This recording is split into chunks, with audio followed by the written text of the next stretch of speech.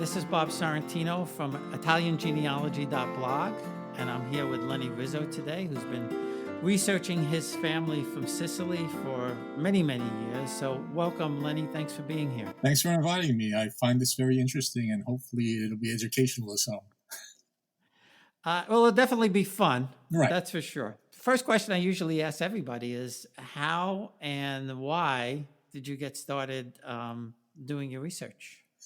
Yeah, I personally am. I consider myself a student of history, and I listen to my grandparents' stories and my parents' stories of growing up in New York, and in my father's case in Sicily. And I always want to know more. You know, why were we the way we were? Why did I speak broken English as a kid, even though I didn't speak Italian?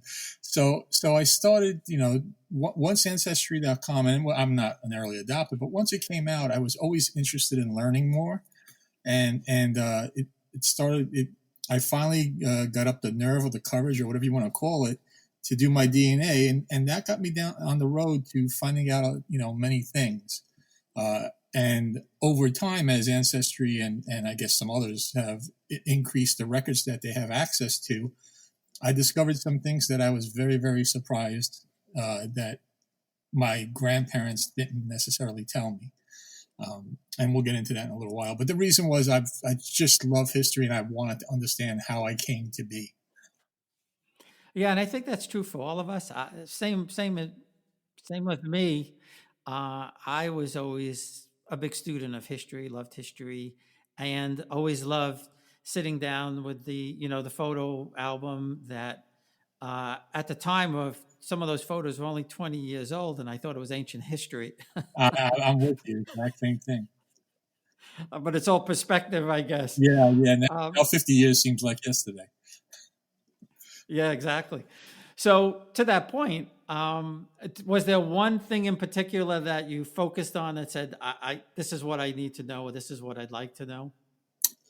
Well, I don't know if there was necessarily one thing, but I wanted to just know what the names were of the people that predated my direct grandparents. And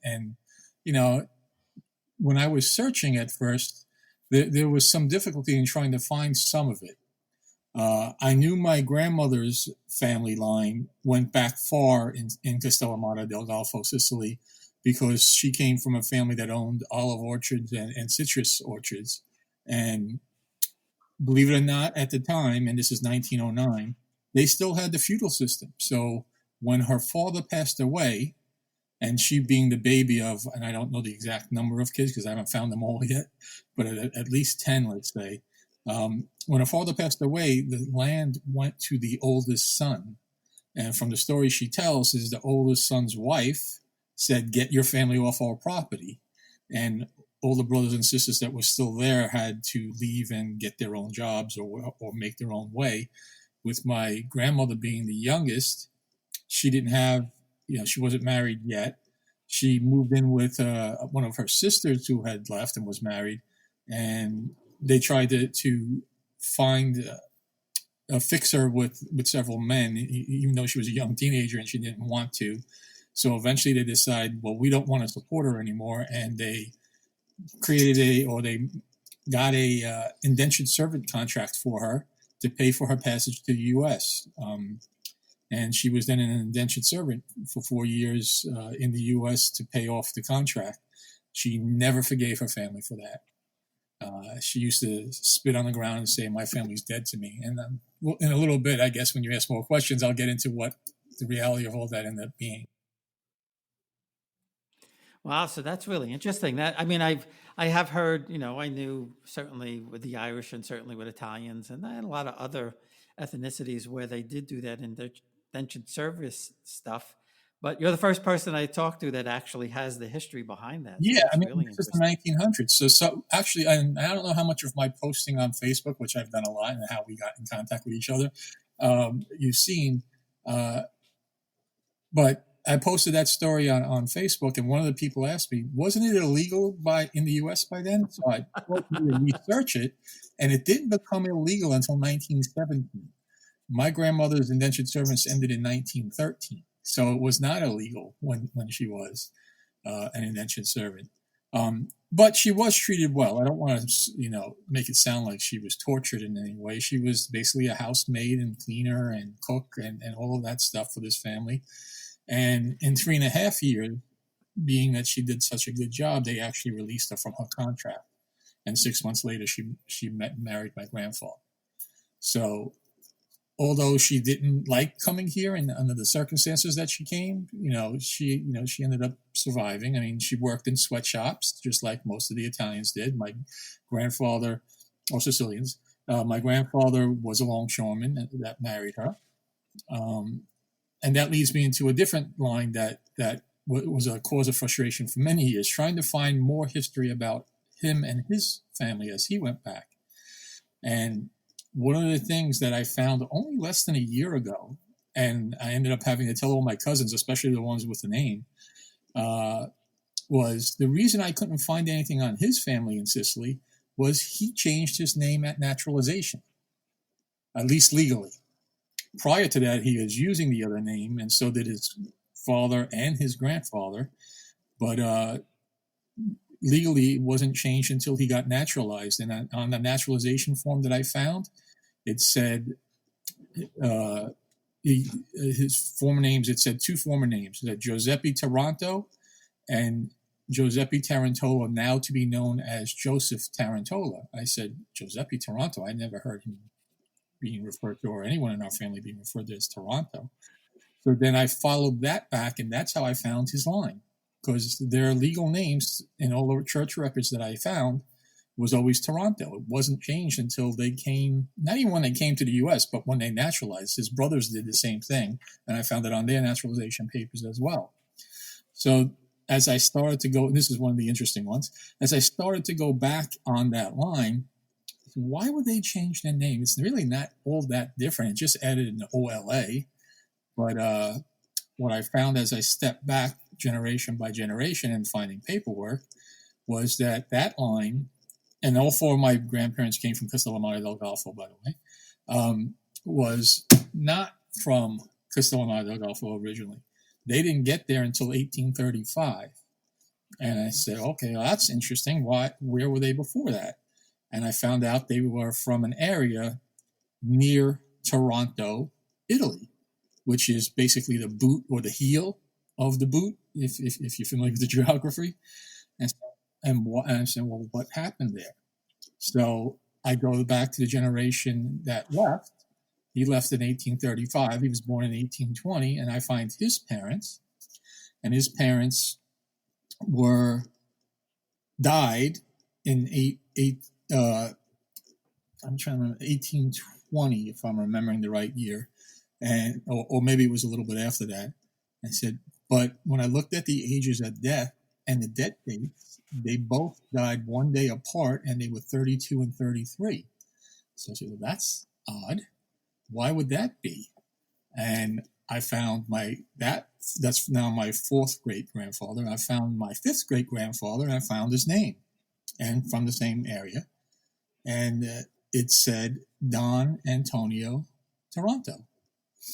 So what I ended up finding out is he was I guess what would be called an original mafia boss, a man of honor, as they called it. And I said, well, that's interesting. Well, this is in the 1700s now, and it wasn't that they were doing prostitution and drugs and selling illegal alcohol. None of that existed. So I said, well, what the heck were they doing that they made him a man of honor? And I found out, in essence, at that time period, there were no policemen in Italy or Sicily, in that area. They didn't really have that type of government set up. As we know, many of them were city-states type things. So the agricultural industry, if you want to call it that, the sheep owners and the cattle owners and the crop owners or the landowners had to somehow police their own areas. And so what they did is they hired these men of honor to be the ones to protect their fields from thieves, because that was heavily happening. So when he got started, that's how he got started. So that led me to find out why my family ended up where they ended up in this line. And that was when he passed away, there was some sort of power struggle to be the next man of honor, or the Don, as we know them as.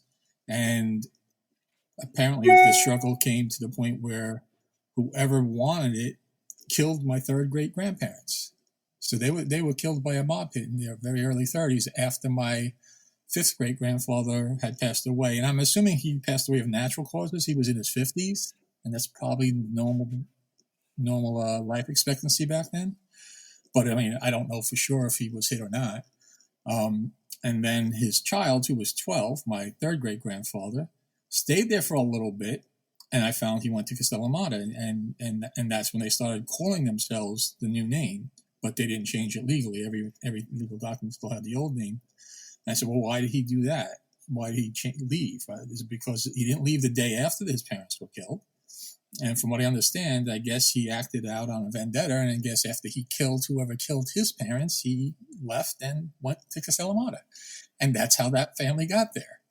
And what ties it to current day, or almost current day, was my grandfather, who was born about 40 years after the incident, well, the second incident, but 50 years after the first incident when they killed his great-grandparents.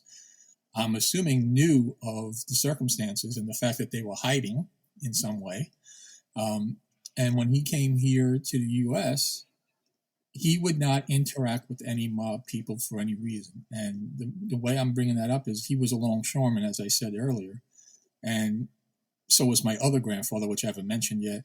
And the only way to get work on the docks was to bribe your foreman. Well, since he didn't want to and the foremen were all mob guys. Since he didn't want to interact with any mob-related people, he would never bribe them. And the only time he got work is when they had so much work that they needed every body they can find. That's when he got work. So from my family's history, my mother was the baby of this family, so I know more from my cousins than direct on this. But from my family's history, they used to consider him lazy. They say, why didn't you work? And he kept saying, well, I just don't like giving away any money. I need all the money I can get. And when I was talking to my cousins, just logically, if assume you got paid $5 an hour to do this longshoreman work, and they force you to give back $1 an hour as a bribe, taking $4 home that day, or a day, not an hour, that day is better than taking $0 home if you didn't work, which is what my grandfather did most of the time. So no one questioned the fact that that was a logical thought. Why would you not want to do? Because my other grandfather, who was also from Castellamarre, was a paisan of his and used to say, why don't you do what I do? Give the guy $1 back for the day or whatever the amount was, and you'll get work. And he says, I don't do that. And he never explained himself. And this is one of the deep, dark secrets I found. And it was based on what I learned later on. And then I had to tell my cousins because they didn't know. I mean, my 17-year-old cousin just said, oh, he was lazy. Well, it didn't seem like that because we've always been a hard-working family, and everyone in the family has done some different types of success in businesses and whatnot. So it didn't make sense to me, and I finally learned the reality behind it by doing this research. The only thing I wish I could really get is some kind of newspaper article or obituary, but none of that that I've not been able to find that I've tried. And I've asked people to help, but I haven't been able. I don't know if any of this was documented in any way other than what I discovered on my own.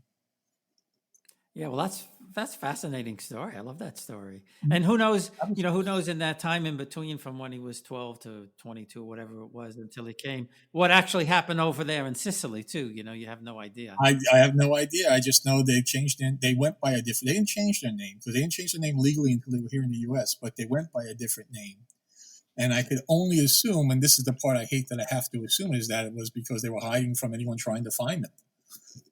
And again, with my grandfather only being born, 40 years after the second component of that, it was probably known and told, hey, you don't get involved with these guys. They may find out and they may come after you. Just like his great-grandfather did, his grandfather did to revenge his father's murder. And again, I don't know that my fifth great-grandfather was murdered or died of natural causes because I'm accepting the fact that he died when he was 54 as life expectancy. But maybe he was a coup. I don't know. Yeah, sure. No, it could be, and yeah, interesting story on my wife's family. When you're talking about going back and looking at records in Italy and all of that, her mother's name in the U.S. was Poeta, Poetta, Right, and when I started looking back in Italy, I did not find one person with that name.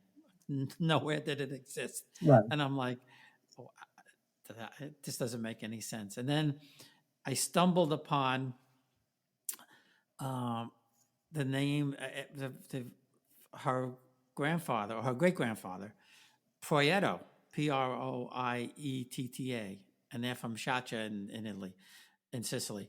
And I said, that's it. So to your point, whether he changed his name when he was naturalized or they just got it wrong when they came, through Ellis Island or any of that, but it was making me nuts for such a long time. Yeah, and I thought that was a potential possibility, but I didn't know that the name was changed until I found that naturalization document where it said his two other also known as names. And I got the Giuseppe Tarantola because all they did is make it Joseph, which made it English.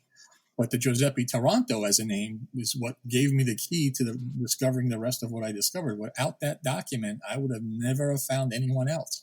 And there aren't, as far as I know, any Tarantolas in Sicily. I still have DNA relatives named Taranto in Sicily. I just didn't know that until I started doing the combination of my DNA and research. Yeah, and two things about the names again too is one is when you look back at those records, especially if you're on the Antonati, I mean the spelling could be anything when they transcribed it and indexed it. But in my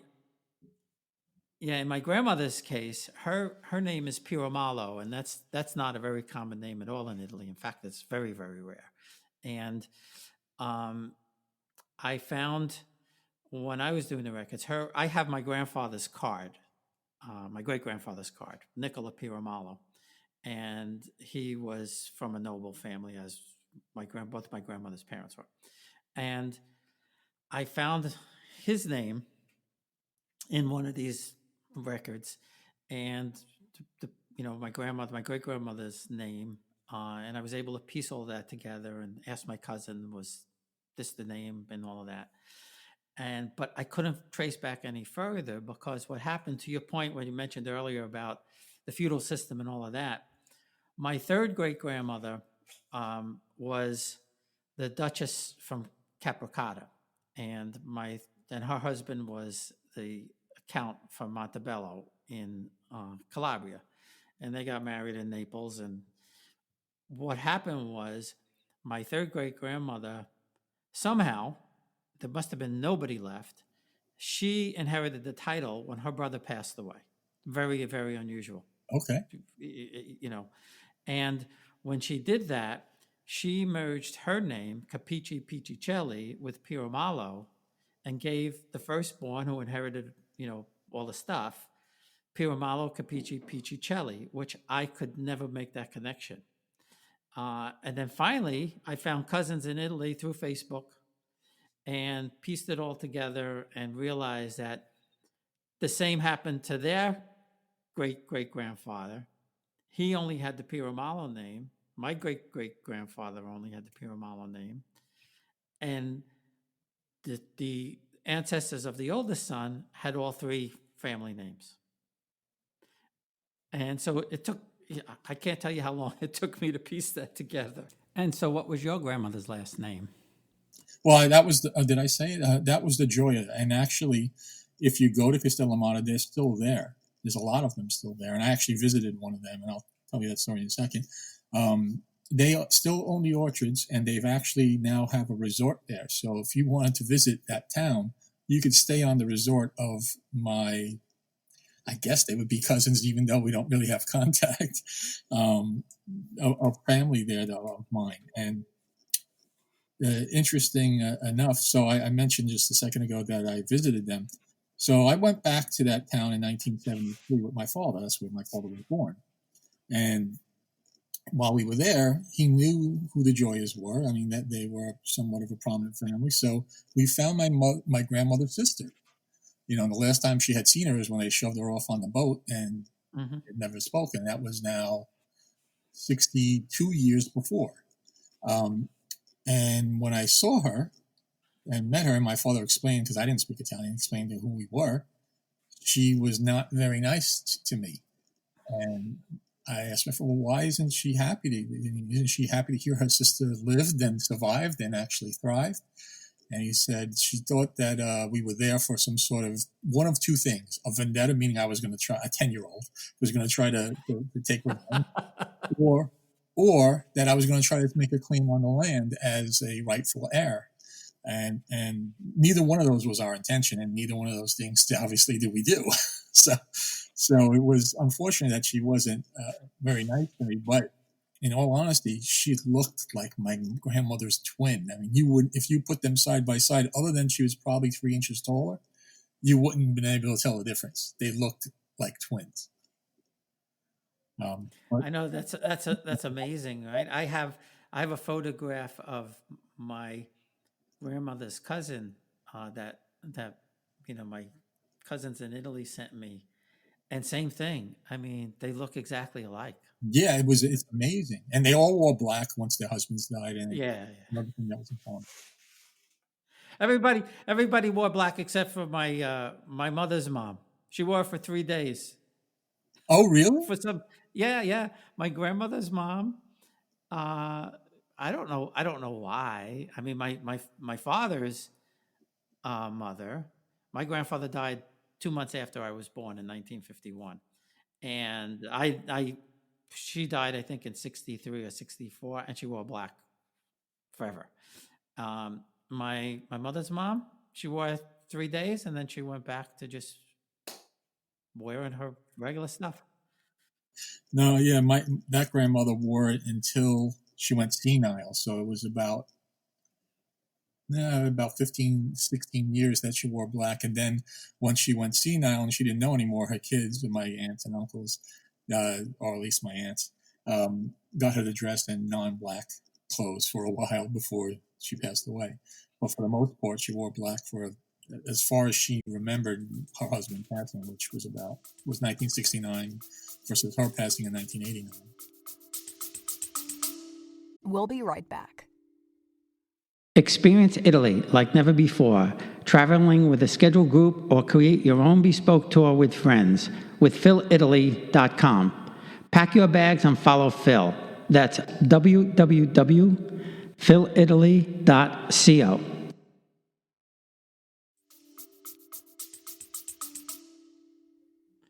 Yeah, my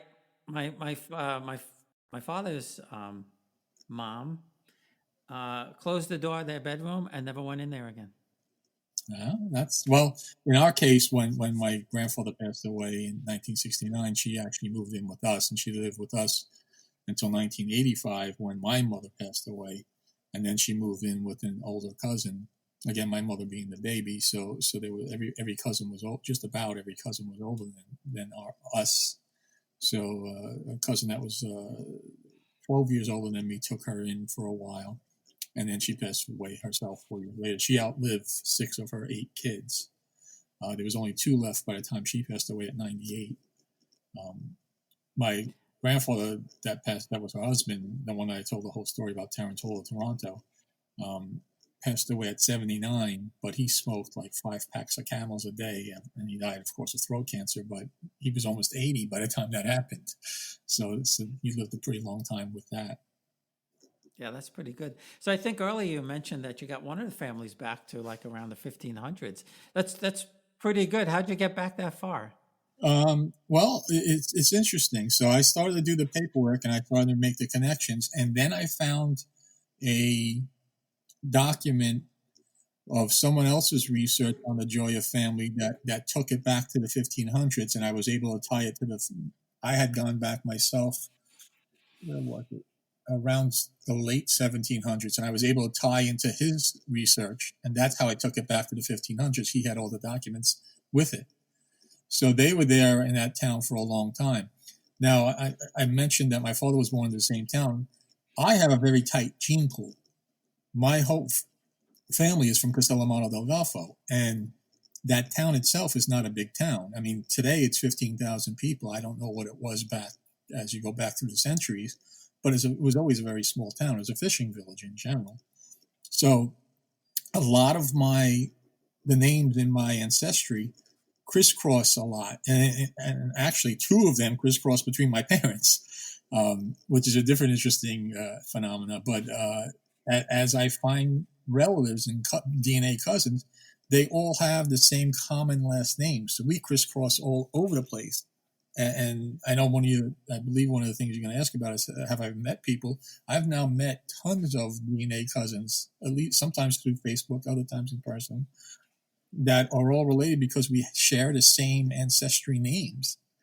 In the case of my parents, where Joya and Arena crisscross, some of the other things I did as I started to get more interested in this is I went to my family tree, my family DNA. I'm trying to remember the name of the company, but the one that does the deeper dive into your Y DNA and all that.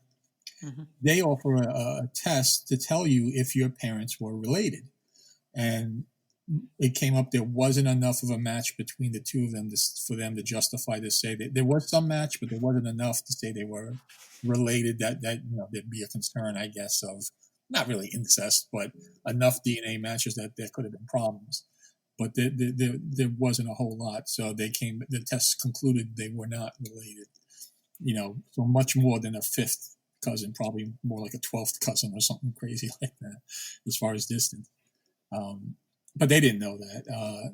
The other thing I didn't tell you about staying on my mother's father's side, the one that goes back to Taranto, Italy, is that's also where the Vikings or the Normans first took a foothold in Italy before they came and conquered Sicily, which a lot of people don't realize. And that grandfather had red hair and blue eyes, which tells you that he definitely had some Viking blood in him, or Norman, or whatever you want to call it, in him. And my mother had green eyes. Both my grandfathers had blue eyes. Now, in my personal family, I have hazel green, so it's a little bit of a mix, but my brother and sister are like my mother. They have the green eyes my mother had. So we definitely thought, I definitely thought, well, then where would that come from? And I'm also tall. I'm 6'2", and in Castellamarre or Sicily in general, most of the people are short. So what didn't make sense was why would I be tall, and why would I have light eyes, or why would my family have light eyes? Well, in my DNA, it tells me not only that I'm 96% Sicilian, which makes sense from having such a tight gene pool from where my family comes from, but I'm also a mixture of, or a small mixture of Greek, Arab, and Viking. And I found the Viking one a surprise. I didn't expect it. I didn't know enough about their first raids, which were really in the 800s, and then later on the Normans when they came and actually conquered. That's probably where it came from, my height and our family eye color on both sides. Now, I never met my father's mother. She passed away in 1948 in Castellamarre. She had naturalized with my grandfather here, but she hated it so much, so she went back and with him, but never came back again. And then she passed away very young. My father didn't meet his father. My grandfather stayed here from my father's side. My father didn't meet his father until he was 14. He had sent after they were both, my grandmother, my aunt, and my father were in Sicily or Castellamarre during the war. And I don't think we have enough time to go into all those stories, but in essence, my grandfather sent for him after the war, and since both parents had naturalized, he was able to send my father a passport. And it's on I didn't send you this picture. I just found this last week. I found the boat where it says naturalized through father as they let him in. So he didn't come in through us on, even though he makes me first generation. My aunt, who was 9 years older than my father, was born in New York City. But they naturalized after she was born. So she was not a U.S. citizen, believe it or not, even though she was born here and my father was born there. So the funny thing about that relationship with that situation was it took longer to get her back to the U.S. because she was not considered a U.S. citizen. It took 2 extra years. So my father came in 1947 with a U.S. passport. she came in 1949 after I don't know how much extra paperwork my grandfather had to deal with to get her here. With my grandmother dying in 1948, I guess my grandfather wanted his daughter here as well. But she had spent her first 9 years of her life almost in New York City, yet she wasn't considered a citizen. My father never did, and he was. So I thought that was kind of fun. That's my father's side. And my father's mother's side, this is an interesting story on research too. So Ancestry does a sort of like a heat wave graph of where your DNA shows up and when it moved, from wherever to wherever. So one of the things I saw in the late 1800s and early 1900s, when most of the Italian immigration happened, I see my DNA going to Michigan, Chicago, California, and Texas.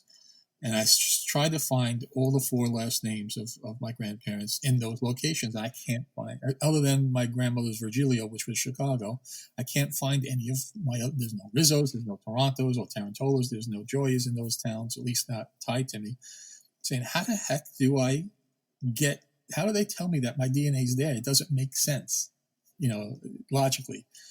So I find my father's grandmother, I'm going to make sure I'm saying my great grandmother, her name was Francesco Puma. I said, oh, okay. And once I traced down her line, I found all my Puma relatives in Detroit and California. And I didn't find it in Texas, but that opened the door. And now I've made a lot of friends through Facebook with them, having to prove to them that I was descendant of a Puma. And I did that by my DNA matches. I mean, the thing we haven't discussed, my DNA matches for fourth cousins or closer is over 700. And if you do further distance, I got about 2,500 distance cousins. So I was first reached out, and the reason I even went down the Puma line and found it was I was first reached out by a Puma from Argentina who moved to Puerto Rico and then into the U.S. And he was my fourth cousin. He's the closest Puma cousin by DNA to me that exists. And he opened the door to the rest of the Puma family because they actually have a Facebook group, which they've all tied themselves into. But I also found a fifth cousin out in Michigan who is related to me that technically they didn't know each other. And that tied me to a whole branch that, I had no idea existed, and they've been here for a while. I've even now talked to cousins, blood cousins, DNA, that have Southern accents, which threw me off. I said, I'm first generation. How the heck do I have blood cousins that have Southern accents and Southern drawls and say y'all when I say use guys? So that, again, more interesting stuff to learn as you do this type of research. And I also learned, my father was in the Navy, and I'm not going to get into his medal that he earned, but I don't want to make this be 2 hours. But he was in the Navy, so I learned from his side. Apparently, my Rizzo side were sailors or in navies going back at least 4 generations. It's listed on marriage and birth certificates of what the father or husband did as a job. So my father was in the U.S. Navy. My grandfather was in the Italian Navy during World War I. His father was listed as a sailor in Castellamarre, and his father's father, or my second great grandfather, was also listed as a sailor. So that was in our blood to be, I guess, on the water as sailors and or Navy men. I broke that string, by the way. I did not join the Navy or any armed forces for that matter. But that was another thing that was very interesting to learn, that my family had a long relationship with the sea. Because most of the rest I learned that they were listed as laborers or the landowners that the Joyas were. That's pretty interesting. Yeah, back to your point about DNA matches and everything. So, on my mom's side, I have a ton. There's a ton going back, to my mother's family came from Bari, and that part of Italy, Yeah, that's what especially. Toronto is. Toronto is one of the cities in Bari. Oh, okay. So there's a ton of people who migrated from there. On Right. my father's side, the only two people that I know of that came from Naples in my grandmother's family was her and her aunt, and nobody else. No other Piromalos came to America that Well, I as you said, they were royalty, so they probably were well off. They didn't need to.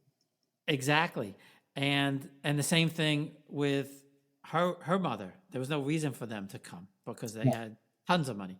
Right. Apparently, they owned a whole block, at least. And my father's family, my grandfather came, his brother came, and I know there were two sisters. One became a nun, and another brother who stayed there. So same thing with my father's family. There were very few, only a couple that I know, Sorrentinos from that Sorrentino. A lot of Sorrentinos in Italy, but from that family, only a couple. So I have very, very few matches on the Sorrentino side, and most of them are my, second and third cousins that I already know, because it Right. doesn't appear um, that the Italians do a lot of DNA testing, probably because they figure they don't have to, because they know who everybody is. You So, know, with mine, they must have, because like I said, I got over 2,500 DNA cousins and over 700 fourth or closer, which is when they say fourth cousins, and just to explain it for the people who don't necessarily understand, it doesn't necessarily mean it's a fourth cousin by definition. It just means four house.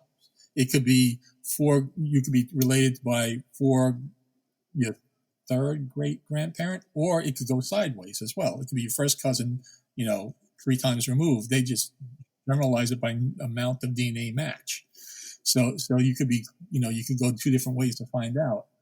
And I don't want to make this take forever. So just to touch on some of the other stuff I did, since I did a lot of the advanced testing, I did my ancient DNA, and I mentioned earlier that I believe I have, well, I know I have Viking in me because they tell me.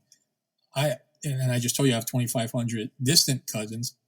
In those distant cousins are DNA relatives in Denmark and Norway that have 0% Sicilian, Italian, or even Southern Europe in them. Yet we share DNA. That just shows more proof that the Viking culture or the Viking DNA made it into my family's line, and I believe on both sides. Honestly, that's why the blue eyes show up in both as well.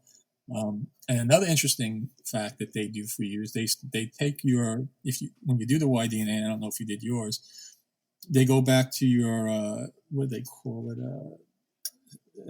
SNP, your baseline. yeah, yeah, yeah. It can tell you who else has that baseline. And interesting for me, and again, I don't want to sidetrack too much because this is going to be like 5 hours if I did, but I have incredible math skills, and I always have. And in my DNA, I am told I am DNA related to Nikola Tesla and Albert Einstein. Now, I can't trace it, other than they tell me we share the same DNA genetic mutation that came from whoever the master person is, and then went down different paths. But they say they told me that those are related, and of all the royalty that everyone eventually sees, because I guess the royals just fool around with everybody. Right. All the royalty that shows up in my line from the further back DNA is all Swedish, Norwegian, and from Denmark. So I have like Alaric and people like that show up in my as matches. I don't have Roman or any of that in there, but my base DNA, according to those tests as well, is really Hellenic Roman, as they call it. So it's from when the Greeks eventually took over the southern part, and basically Romans were born out of that. So that also makes sense, since I am 96% Sicilian by DNA. So all those things I learned, and I know I don't want to make this drag on forever for you, because who's going to listen to a 2 hour podcast? But it's been very interesting learning all these things, and I'm sure there's still some more things for me to discover as I continue my research. Yeah, you always keep learning. My wife, for example, she's and we're assuming she gets it from her mom who's Sicilian. She has 10%, Viking also. Oh, Yeah, I did. I did all the X and Y and all of that. And interesting thing, my mother line um, goes through almost 90% through the Urals and the Caucasus in Russia. It's yep. it's incredible. Even though Bari, you think pure Italian and all of that, but the mother line shows right through there. So that was an interesting find there. Yeah, I think that's the Vikings, or at least that whoever became the Vikings probably migrated up from that way, and that's how it kind of circled back into your DNA. It's not that Yeah, they came exactly. mountains to Sicily or Italy. They eventually became the people who became the Vikings, and then they traveled around backdooring, whatever you want to call it, and came down with the Normans and etc.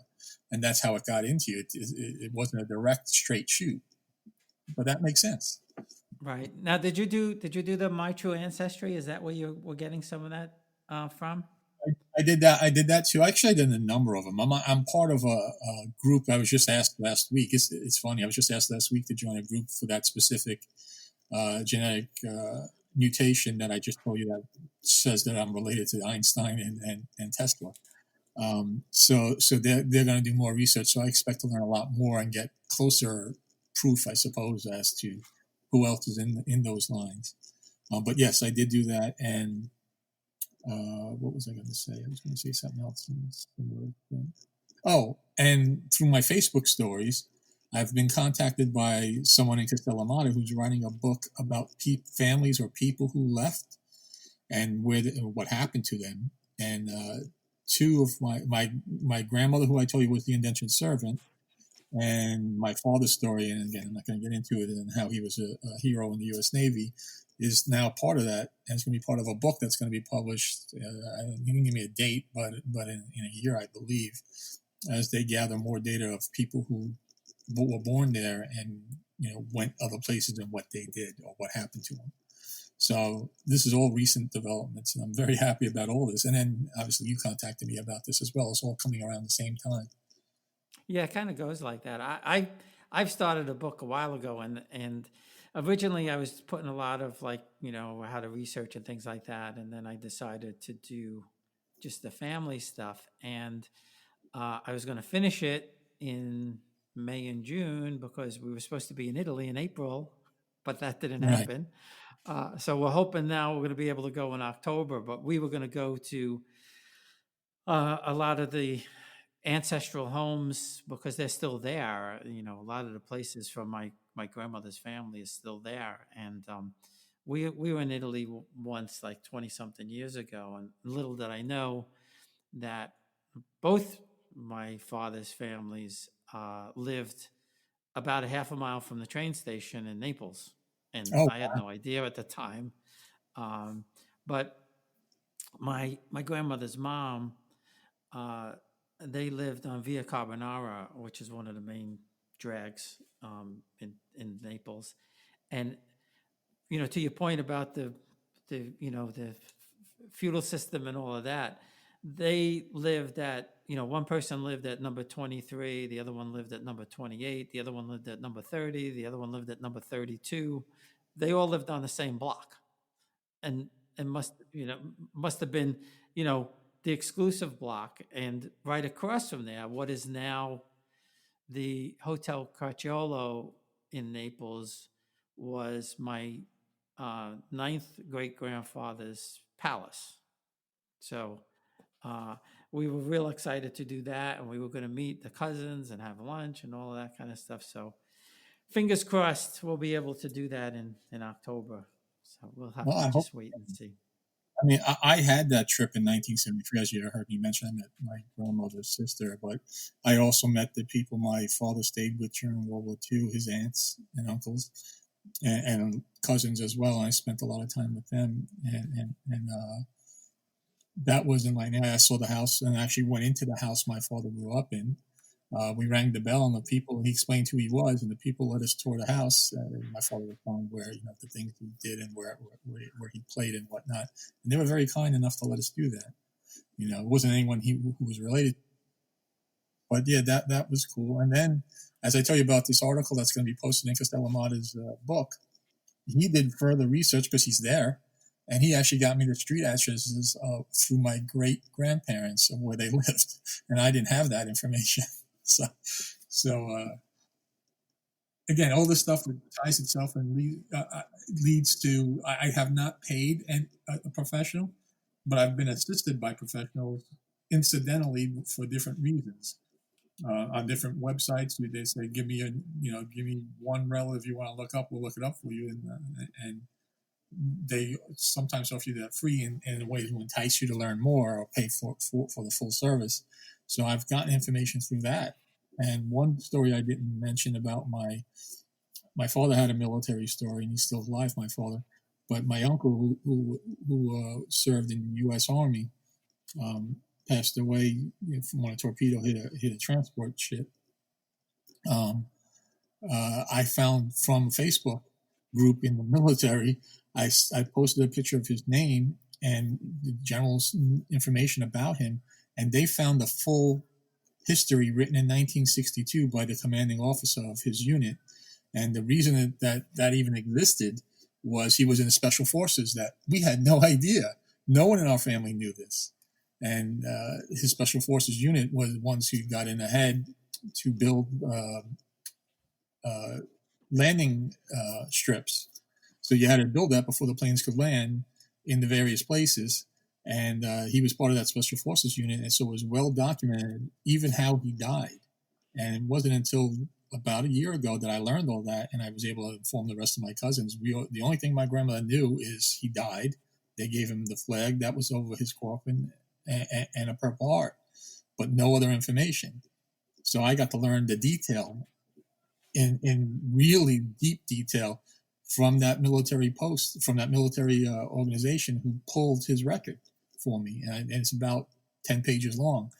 So yeah, all these things are just, like I said, somewhat coincidental, just by people being nice that say, let me help you. And they have access to these records, so it's been a very good journey. No, that's been fascinating and great stories. I really appreciate you taking the time, and it was a lot of fun. And I especially like the whole indentured servant thing, because I'd never heard that before. So yeah, and that's when a lot of people are, like I said, I've posted it, and a lot of people are surprised that it was still in existence, and so was I. But I knew that from my grandmother telling us, so it wasn't a surprise that she was. It was just a surprise that it was still being done at the time. well, thank you again, Lenny, and we'll talk soon. You're welcome. Thanks for listening. Follow us on Facebook in the Italian Genealogy group, or at www.italiangenealogy.blog.